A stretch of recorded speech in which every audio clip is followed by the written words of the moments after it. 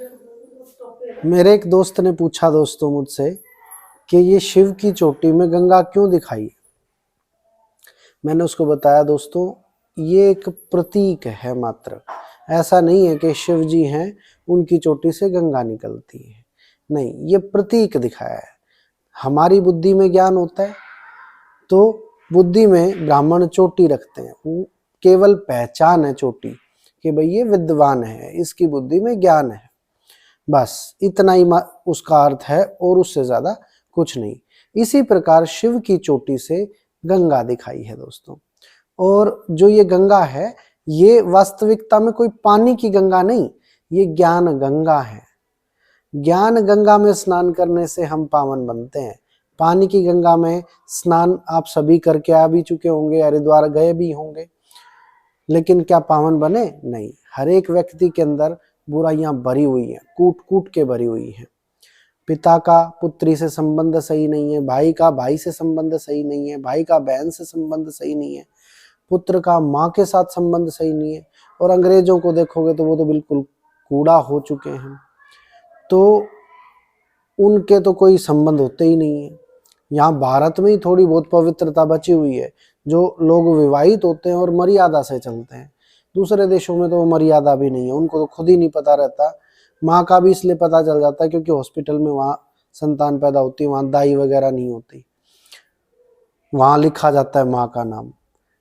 यहाँ तो जो है फिर भी धर्मपरायण चलते हैं मनुष्य, अपना माता पिता की आज्ञा से सुयोग्य वर वधू ढूंढकर विवाह करते हैं और अपने जीवन को एक अच्छे मार्ग के अनुसार चलाते हैं। लेकिन फिर भी अगर आप देखें तो भी भारत में भी बहुत ज़्यादा हर एक व्यक्ति के अंदर ये 5 मेन विकार घुसे हुए हैं: काम, क्रोध, मोह, लोभ, अहंकार। और ये सभी ने सभी की नाक में दम कर रखा है। तो दोस्तों ये निकल नहीं रहे। अब ये निकलेंगे कैसे? तो ये भी निकलेंगे ज्ञान से ही। हमारे जो साधु संत जो भी ज्ञानी व्यक्ति होते हैं वो क्या देते हैं हमें? वो ज्ञान देते हैं। और उस ज्ञान को जब हम मनन करने लगते हैं अपने मन में, तब हमारा मन साफ, कोमल और अच्छा होने लग जाता है।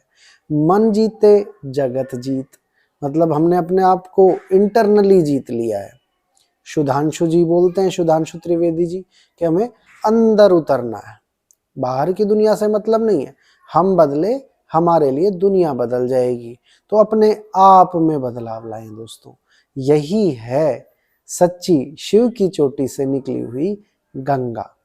तो ये प्रतीक मात्र होते हैं।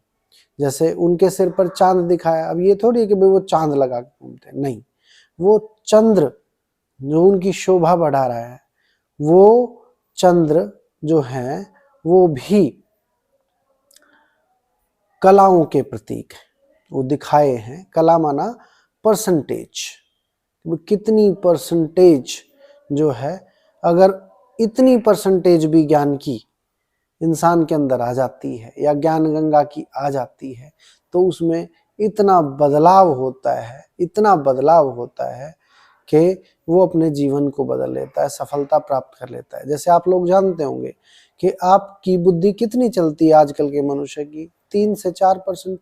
ये भी बहुत बड़े साइंटिस्टों की चलती है। हम अपने ब्रेन का कोई भी हिस्सा यूज नहीं कर पाते। लेकिन अगर इसको चंद्र को पूरा करें तो ये 16 कला होती है। 16 में से ये 2 कला मात्र, और इन 2 कलाओं में हमारी बुद्धि अगर खुल जाए तो पार हो जाती नहीं है। बस इसी प्रकार ये चीजों का प्रतीक है। अब इनके गले में दिखाया है नाग को, अब सांप कोई गले में थोड़ी डालता है, लेकिन ये प्रतीक दिखाया है कि इन्होंने बुराइयों को, अपनी बुराइयों को अपने अंदर उतर कर, योगी है ना ये, महायोगी है, महादेव है, इन्होंने अपने अंदर उतर कर अपनी बुराइयों को जीत लिया। इसलिए बुराई गले में डली हुई है लेकिन वो इनका कुछ बिगाड़ नहीं रही है। यही चीज का प्रतीक है। त्रिशूल दिखाया है, त्रिशूल यौगिक क्रिया की सुषुम्ना और दूसरी जो नाड़ी है, इन इंगला पिंगला नाड़ियों का प्रतीक है। और इसमें दिखाया है कि भाई जो मेन नाड़ी है, बीच वाली सुषुम्ना, वो सबसे ऊपर जाकर सहस्त्र चक्र से मिल जाती है और खुल जाती है, उसके बाद हमारे भी ज्ञान का चंद्र सा खिल जाता है और हम अंधेरे में भी सब कुछ देख पाते हैं अपनी रोशनी से, ज्ञान की रोशनी से, और हम इस संसार में परमात्मा की तरह ज्ञान गंगा बहा पाते हैं। नमस्कार दोस्तों, ज्ञान गंगा की उत्पत्ति कहाँ से हुई, कैसे हुई, शिव ने कैसे की, ये अगर आप जानना चाहते हैं तो आप नेक्स्ट वीडियो में ज़रूर मुझसे मिलें। धन्यवाद।